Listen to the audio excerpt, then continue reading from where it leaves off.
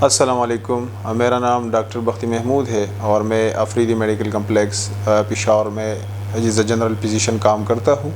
میں اس فیلڈ سے تقریباً فار دا لاسٹ 5 ایئرز وابستہ ہوں۔ میں زیادہ تر معدے، سینے، شوگر، ڈپریشن کا علاج کرتا ہوں۔ اکثر یہ لوگ کویشچنس کرتے ہیں کہ خوراک کے بعد جو معدے پہ بوجھ محسوس ہوتا ہے اس کی وجوہات کیا ہے۔ تو اس کے تقریباً بہت زیادہ ریزنس ہے، لیکن جو کامن وجوہات جو ہمارے معاشرے کے اندر کامن ہے، اس میں ذہنی تناؤ ہے اور معدے کے اپنے مسائل ہے، جس طرح معدے کے زخم ہو گئے جس کو ہم السر کہتے ہیں، پیپٹک السر ڈیزیز۔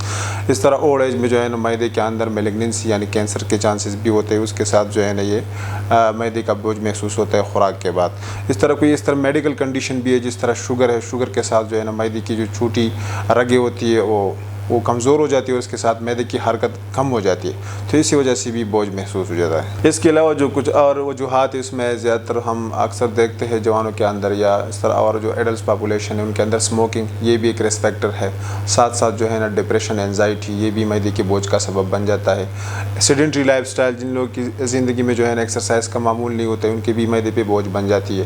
اس طرح کچھ دوائیاں ہے جو ہمارے معدے کی بوجھ کا سبب بن جاتی ہے، جس میں پین کلر جو زیادہ تر اکثر درد کے لیے لوگ گولیاں لیتے ہیں، اس کی وجہ سے بھی معدے کے اندر السر آ جاتی ہے اور خوراک کے بعد جو بوجھ اس کی وجہ سے محسوس ہو جاتا ہے۔ اس طرح ہمارے کلینک کے اندر پیشنٹ آ جاتی ہے ان پرابلمس کے ساتھ، تو ہم کوشش کرتے ہیں کہ انڈر لائن کاز کیا ہے۔ اگر زیادہ تر پیشنٹ کی ہم جو ہسٹری لیتے ہیں، اگر ڈپریشن، اینزائٹی ہو تو ان کی جو ہے نا ہم کاگنیٹو بیہیویئر تھراپی کرتے ہیں، سائیکو تھراپی کرتے ہیں۔ اگر آئی بی ایس ہے، آئی بی ایس کی وجہ سے بھی جو ہے نا معدے کے اندر بوجھ پڑ جاتی ہے تو اس کی ٹریٹمنٹ کرتے ہیں۔ اگر معدے کے اندر السر ہے تو السر کی ڈائگنوسس ہم اینڈوسکوپی کے تھرو کرتے ہیں، اس کی ٹریٹمنٹ کرتے ہیں۔ اگر ایچ پائلوری ہے تو اس کی ایراڈیکیشن تھراپی دیتے ہیں۔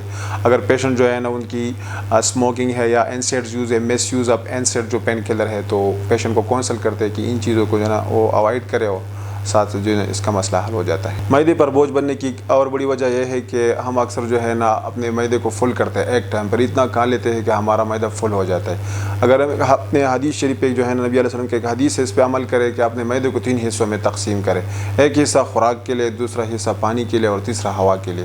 تو ایک وقت میں جو ہے نا ہم اپنے معدے کو فل نہ کرے، ساتھ ساتھ میں جو ہے نا مطلب وقفے سے کھانا کھائے، تو اس پہ معدے کا جو ہے نا مسائل جو پوسٹ پرانڈیل فلنس ہے، ڈسپیپسیا ہے، وہ نہیں ہوگا انشاءاللہ۔ اس کے ساتھ ساتھ اگر ہم دیکھیں تو ہمارے معاشرے کے اندر جو ہے نا فاسٹ فوڈ کا انتہائی مطلب زیادہ استعمال ہے، بچوں کے اندر، خواتین کے اندر اور زیادہ تر بڑوں کے اندر۔